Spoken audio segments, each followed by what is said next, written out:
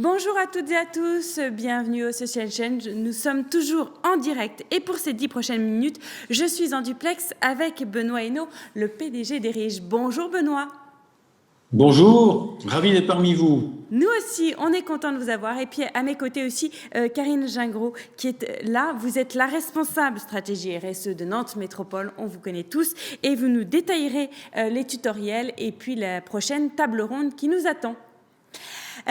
Bon, pour commencer, donc, Benoît, vous êtes, donc, je le disais, le PDG d'Erige. Et pour qu'on comprenne ce groupe, c'est anciennement appelé le groupe Vendée Matériaux. C'est une entreprise familiale qui a été créée en 1907 en Vendée, spécialisée dans le bâtiment avec trois activités. Le négoce de matériaux, l'industrie du béton et la menuiserie industrielle. Et puis, en quelques chiffres, Erige, c'est 2400 salariés, un chiffre d'affaires en 2019 qui était évalué à 622 millions d'euros.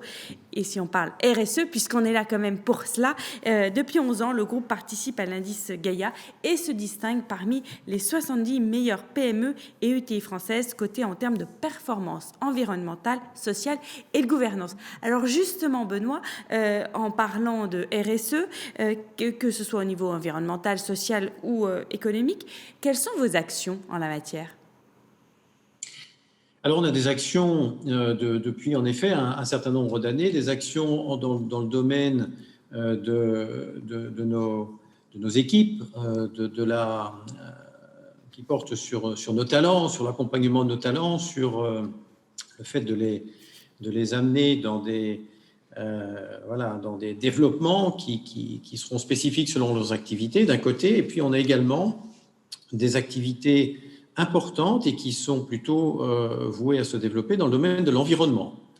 Respect de l'environnement par rapport à toutes nos activités qui, comme vous le disiez, sont diverses, toutes dans le domaine du bâtiment et de la construction, mais c'est le deuxième grand pilier. Est-ce que vous pouvez nous donner des exemples de vos actions ? Oui, bien sûr. En fait, on a des axes d'intervention. On a 4 axes importants. Donc, je le disais, on a l'axe environnemental qui est vraiment d'avoir une offre responsable. Ça porte à la fois sur des produits qui vont être réfléchis en fonction de leur cycle de vie, de leur empreinte carbone, de leur contenu en matière recyclée, par exemple. Ça va être au sujet de l'éthique et de la transparence, qui est un sujet excessivement important et qui s'accompagne de formation.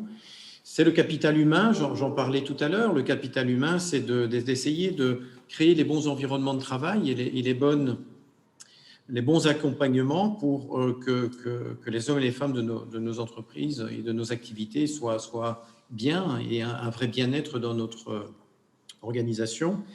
Et c'est également un dialogue avec les parties prenantes, avec tous nos écosystèmes, de façon à essayer de mettre en place les bonnes initiatives tous ensemble pour contribuer au développement de la RSE dans nos activités. Comment vous fidélisez vos collaborateurs, justement ? Alors, la fidélisation, il n'y a pas une recette évidemment magique, c'est plutôt un climat d'entreprise, un dialogue social, c'est la prise en compte des attentes, et ces attentes évoluent vraiment très très vite. On voit que les jeunes générations, tous ceux qui arrivent sur le marché du travail ont des attentes finalement très très différentes de celles qui étaient les nôtres où il y a quelques années.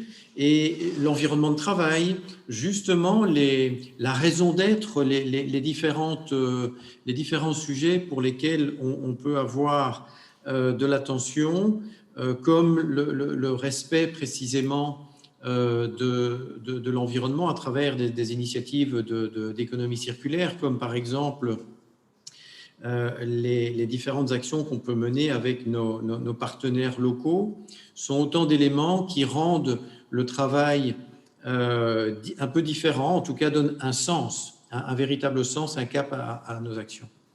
Et quelle est la place du mécénat au sein d'Erige ? Elle est très importante.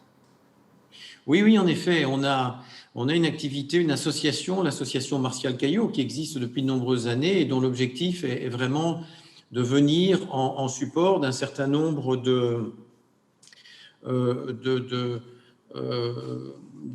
cadres de contextes, en tout cas défavorisés, par exemple dans des écoles, par exemple dans des pays où on peut venir en support, alors que ce soit dans un certain nombre de cas éducatifs où on est venu en aide à plus de 10 000 enfants tout de même. On a eu vraiment des programmes très ambitieux depuis une dizaine d'années, mais également dans des actions très locales. On est un groupe, vous l'avez dit tout à l'heure, familial, mais également territorial. Là, on a vraiment une présence forte et on essaye, par exemple, dans certains clubs sportifs qui mettent en avant, en tout cas, des soutiens aux personnes handicapées.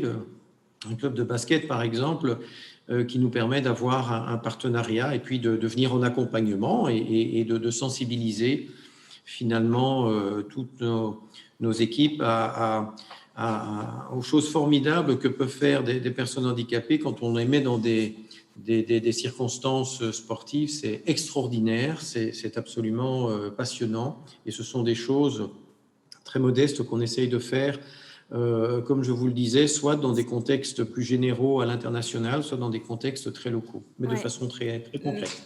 Merci beaucoup, Benoît. On va retrouver tout de suite Karine qui vient de détailler le programme de cette journée. Merci.